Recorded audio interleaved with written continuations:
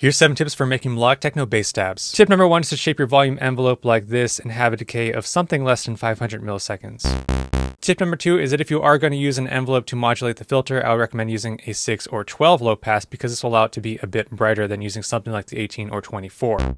Tip number 3 is to use an envelope that is shaped like this with a decay around 10 to 20 milliseconds that is assigned to your master tuning, and that'll give your stab a snappy, clicky sound. You can also assign this envelope to the cutoff on your filter, and that'll make it even more clicky. Tip number 4 is to use FM and experiment with different wavetables instead of just using sine waves. I have a square wave on oscillator A, and I'm using one of these spectral wavetables in oscillator B. And try using a lot of FM. Tip number 5 is to use an envelope assigned to the wavetable position if you are using one of these spectral wavetables, because this will give your pluck a grittier sound.